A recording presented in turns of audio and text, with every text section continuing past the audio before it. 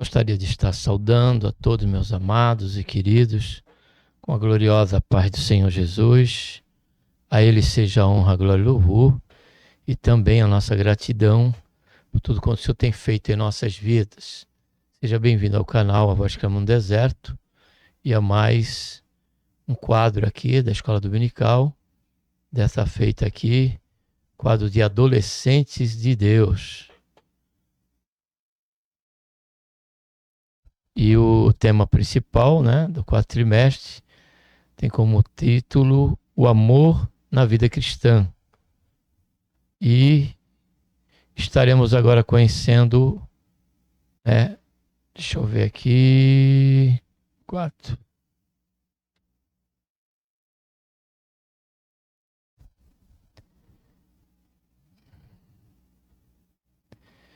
Está conhecendo aqui a lição número 12.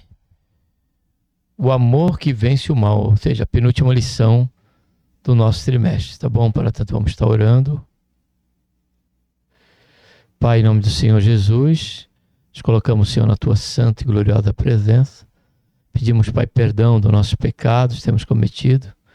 Queremos, Senhor, Te agradecer por esta tão grande salvação. Pelo nosso nome, Senhor, está escrito no livro da vida. Pela esperança, Senhor, que temos de que a qualquer momento, Senhor, há de vir buscar a cada um de nós, para que onde o Senhor estiver, nós também possamos estar juntos, Senhor. Estamos aqui dentro do quadro Adolescente de Deus, onde estaremos, Pai, conhecendo mais do conteúdo e carecemos, Senhor, da Tua bênção. Durante todo esse período, o Senhor venha falar com cada um de nós, em especial com cada adolescente que porventura estiver aqui conosco no momento, Senhor, desta reflexão. E durante esse período, faz isso, Pai, é que nós pedimos. Já te agradecemos por tudo. Pedimos, Senhor, a Tua bênção sobre cada adolescente de Deus. E aqueles que ainda, Pai, não estão nos Teus caminhos, que o Senhor venha alcançar. Ó Pai, libertando, salvando. Senhor, e que tão cedo eles possam ter essa oportunidade tão rica, incomensurável, de estar servindo ao Teu santo nome. Faz isso, ó Pai, é o que nós pedimos. E em nome do Senhor Jesus te agradecemos. Amém.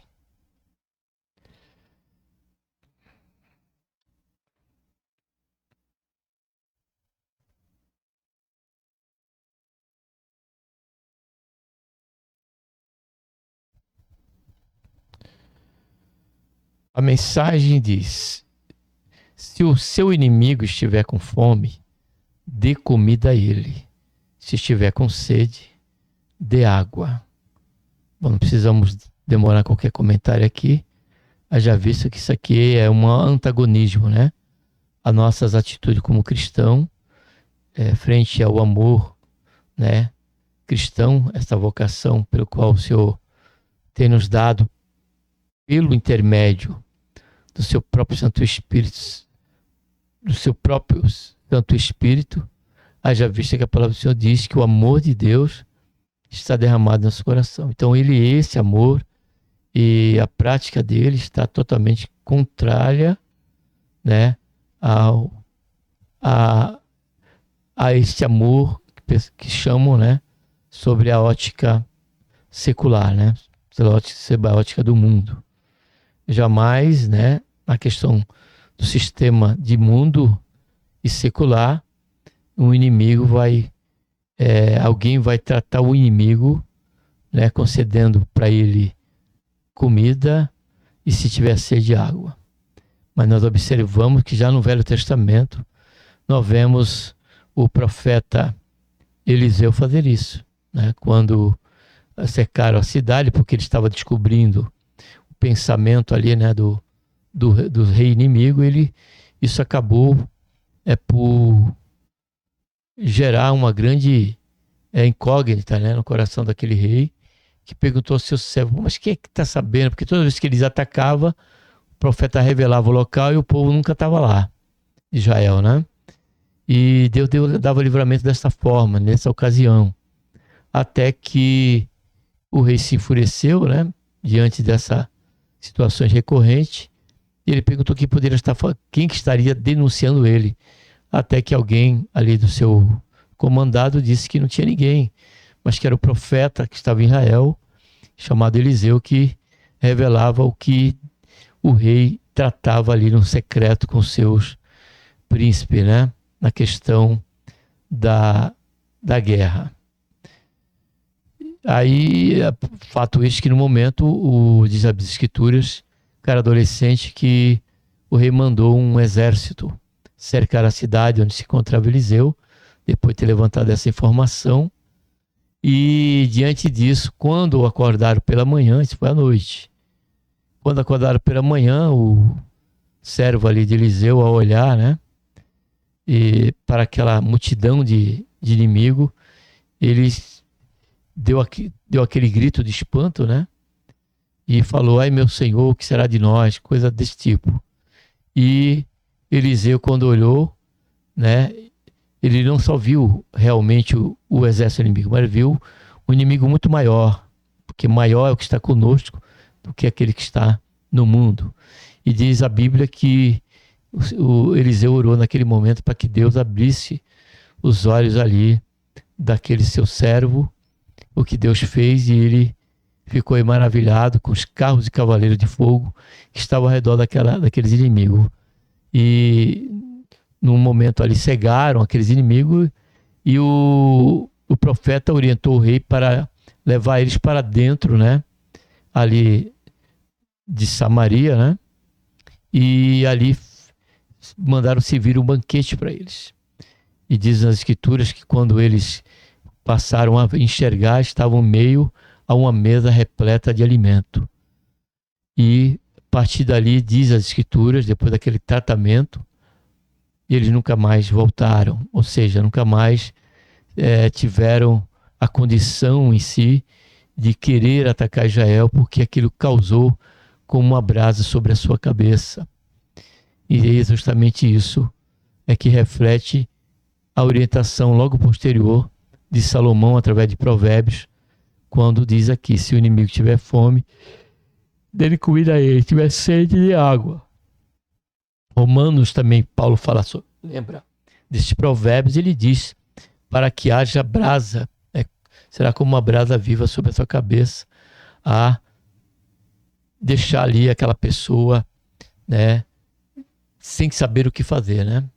Deixar brasa com brasa acesa é praticamente ferver a mente daquela pessoa por uma situação que ela jamais esperaria daquele que seria o seu inimigo, ou que ela tenha investido contra ele. Assim aconteceu com esse contingente militar, e como disse a escritura diz, né? Eu disse não, uma da escritura diz, eles foram embora, né?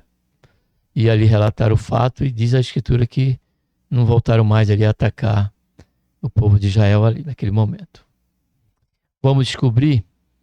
Você já passou por uma situação em que uma pessoa não faz outra coisa a não ser lhe importunar e lhe fazer mal?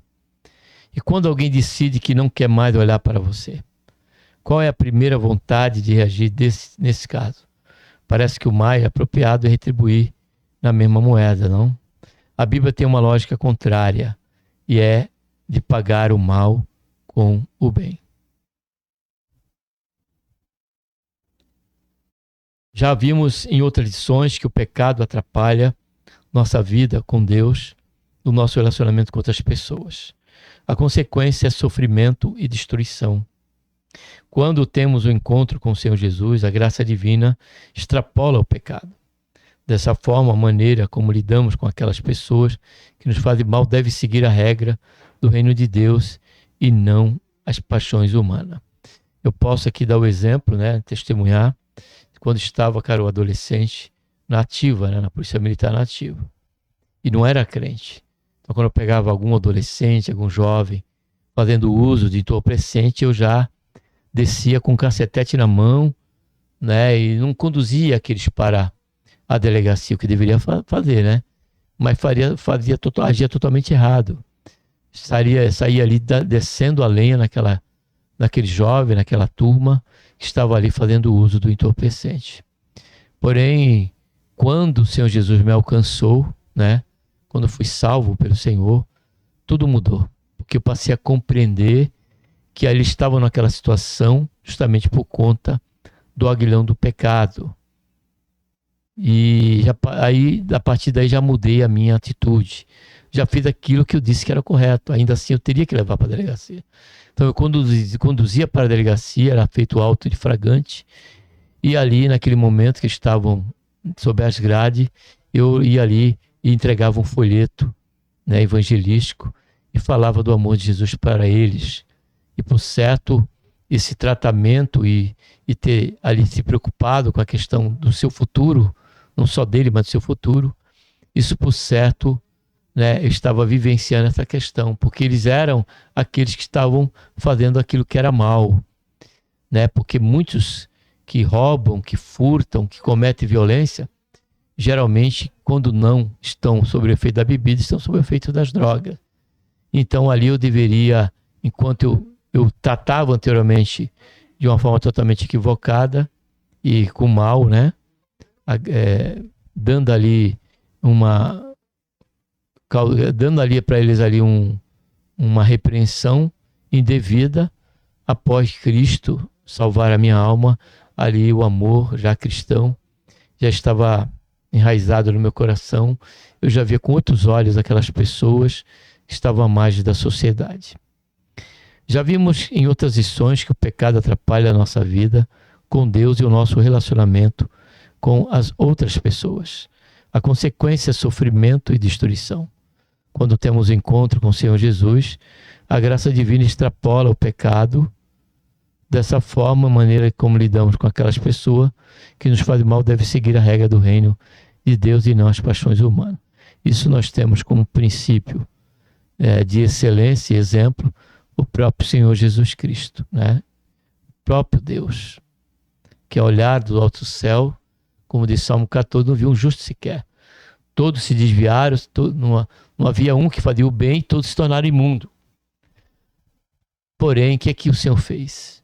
O Senhor já não julgou este mundo.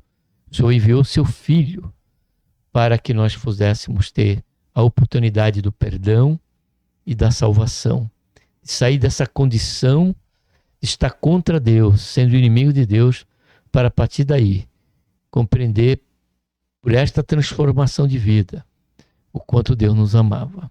O quanto Deus nos ama e nos amava ainda que nós estávamos sobre essa esfera do pecado. Leitura bíblica, Mateus 5, 43, 48, ouviste que foi dito, amarás o teu próximo e odiarás o teu inimigo. Assim dizia a lei. Eu, porém, vos digo, amai a vossos inimigos, orai pelos que vos perseguem, para que vos tornei filho do vosso Pai, que está no céu. Porque ele faz nascer o sol sobre os maus e bons, faz chover sobre os justos e injustos. Então observe que o versículo 45 diz, para que vos torneis.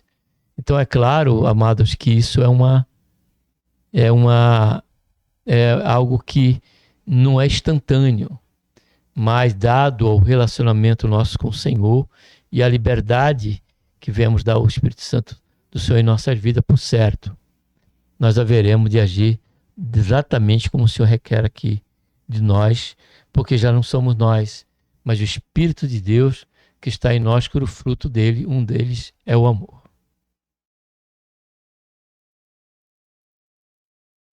Pois se amardes os que vos amam, que recompensa tereis? Não fazes os publicanos também o mesmo? E se saudardes somente os vossos irmãos, que fazeis demais? Não fazem os gentios também o mesmo? Sede vós, pois, perfeitos, como é perfeito vosso Pai Celestial.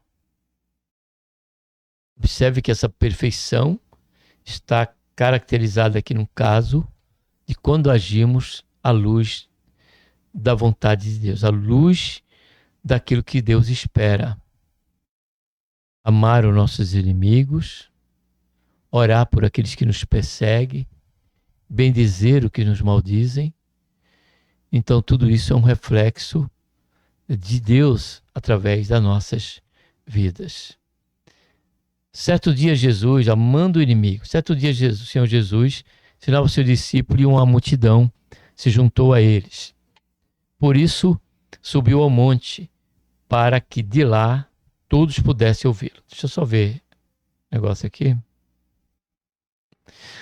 O Senhor Jesus falou sobre as características daqueles que pertencem ao reino do céu. Uma delas é amar os inimigos. Como? Isso mesmo. Se você serve ao Senhor Jesus e pertence ao seu reino, então você se sacrifica por aquela pessoa que não gosta de você ou se opõe ao que você faz. Então, logo, independente da situação, estando nós certo ou não, precisamos agir como súditos do reino do Senhor, do reino de Deus. Primeiro subponto, orai pelos que nos perseguem. Jesus disse que devemos amar e orar por essas pessoas. Como você pode perceber, falar do amor de acordo com a visão bíblica é coisa muito séria. Como é possível seguir essa orientação? Tendo o Senhor Jesus como centro da nossa vida, porque a fonte do nosso amor é Deus, não vem de nossas próprias forças. Jesus explica à multidão e aos discípulos que amar quem nos ama não é problema. Isso qualquer pessoa faz. Difícil é tratar bem quem lhe faz mal. Agora, quem é fiel e busca viver de acordo com as regras divinas, Deus reconhece esse esforço de tentar agir corretamente e dá ao seu servo a recompensa. Eu diria até mais, como o grifo aqui do canal, ele vai dar a condição de assim agirmos. Porque aquela pessoa vai observar, principalmente que conhece a cada um de nós, que não é nós, mas é Deus em nossas vidas, nos dando essa condição. Amando o inimigo, um amor na contramão do mundo, segundo subponto. Interessante observar que o Senhor Jesus começa seu reino citando um ditado popular: ame os seus amigos e odeie os seus inimigos. E deixa bem claro que ele está errado. Em outras pessoas, ele diz que a voz do povo não é a voz de Deus. Aprendemos com isso que nem sempre o que todo mundo diz ou faz está certo. É preciso avaliar o que se fala por aí com base no que a palavra de Deus ensina. Queridos adolescentes, existe alguém que tem incomodado sua vida e seus planos? Ore por essa pessoa para que Deus a abençoe. Então, Jesus tomou um ditado popular, tá bom? Corrigindo aqui, e não oriundo da lei. Passando pelas perseguições, a Bíblia nos conta de um homem que sofreu perseguições de seus inimigos. Saul perseguiu Davi injustamente. Aqui é outro caso, né, que o mestre aqui, o nosso professor, traz à nossa mente. Porque tem esse, o que eu citei, e esse, tantos outros que traz essa realidade. E que precisamos viver, principalmente nós, que agora temos o amor de Deus derramado em nossos corações.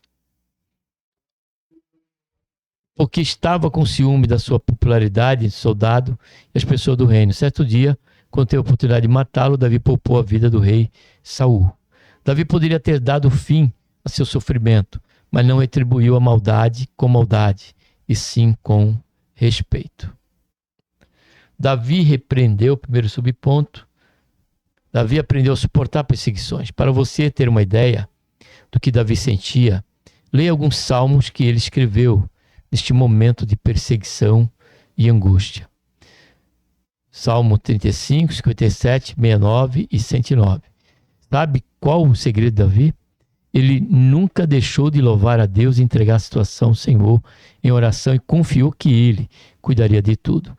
Foi justamente o que aconteceu quando Saul morreu numa batalha. Davi foi coroado rei no lugar dele. O que me trouxe a lembrança, e agora já no Novo Testamento, dessa atitude, foi justamente a questão de Estevão, capítulo 7 de Atos. Quando ali perseguido, né, e apedrejado, morreu apedrejado, diz a Bíblia que antes dele morrer, ele fez uma oração a Deus para que perdoasse os pecados daqueles que lançaram a pedra sobre ele. Ou seja, ele estava orando por aqueles que perseguiram a ele, e não só perseguiram, mas também fizeram esse tipo de perversidade, onde alcançaram ali a morte, né? Foi o momento que ele partiu naquelas condições para os braços do Eterno. Apóstolo Paulo, exemplo de amor. O apóstolo Paulo seguiu o exemplo de Davi, obedeceu a instrução do Senhor Jesus sobre amar os inimigos, ensinou a igreja de Roma a fazer o mesmo. A maneira correta de o crente viver é buscar a paz com todas as pessoas. Quando algo estiver errado, o próprio Deus se ocupará de resolver o problema. Quando uma pessoa age com maldade para prejudicar o próximo, isso não ocorre em razão do que o outro fez contra ela, sim porque a pessoa tem um dilema dentro de si. Veja o caso de Davi. Saul perseguia porque sentia o rei fraco e não porque Davi tinha feito algo contra ele. As pessoas que seguem ao Senhor Jesus são chamadas para agir com bondade a todo tempo, mesmo em relação aos seus inimigos. O apóstolo Paulo escreveu que a ninguém devamos nada a não ser o amor. Isso aqui já está dentro do terceiro e último ponto, chamado para sermos pacificador. Chamados para ser pacificador, querido adolescente, querida adolescente, você sabia que existe uma profissão de pacificador? Sim. Alguns advogados trabalham como conciliadores para ajudar as pessoas a resolverem suas disputas. Diplomatas também têm a opção de trabalhar para lidar com os conflitos internacionais entre dois países ou entre empresas. Imagine se é um crente em Senhor Jesus que ocupa essa posição. Quanto do amor de Deus ele não poderá compartilhar com aqueles envolvidos no confronto? Vivendo em harmonia com todos. A Bíblia instrui que devemos buscar a paz com todos e nos esforçarmos para viver uma vida completamente dedicada ao Senhor, pois sem santificação ninguém verá o Senhor. Essa deve ser a nossa postura enquanto cristão. Deus nos chama para nos comportarmos diferente da maneira como o mundo se comporta. Concluindo, cara adolescente, as pessoas que pertencem ao reino do céu são amigas do Senhor Jesus. Elas reconhecem que são falhas, que precisam da graça divina para amar em um momento de perseguição, que essa seja a nossa meta. Que Deus, por intermédio de Cristo Jesus, nosso Senhor, nos abençoe.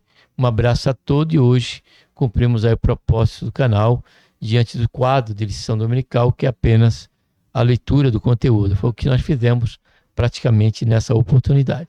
Tá bom? Temos aí 23 minutos e 19 segundos. Vamos então agora estar orando. Pai, em nome do Senhor Jesus, nos colocamos, Senhor, na Tua santa, gloriosa presença e pedimos perdão, Senhor. Nossos pecados que temos cometido, queremos Te agradecer por este momento. E até aqui temos conhecido esse conteúdo, ao qual entendemos, ó Pai, que somente o Senhor, para nos dar graça, força, direção, para que assim nós realmente vemos agir, ó Pai. Tanto em meio às questões que acabam acontecendo dentro da congregação como fora dela. Temos sempre em mente, ó Pai, que o amor precisa e necessariamente somente Ele deve vencer o mal. E não deixarmos ser vencido o bem pelo mal. Faz isso, Pai, em nossa vida, nos ajuda, porque nessa questão e nesse quesito somos totalmente dependentes de Ti. Em nome do Senhor Jesus, aqui nós oramos, Te damos graça por tudo. Amém. Obrigado por você ter estado conosco até aqui.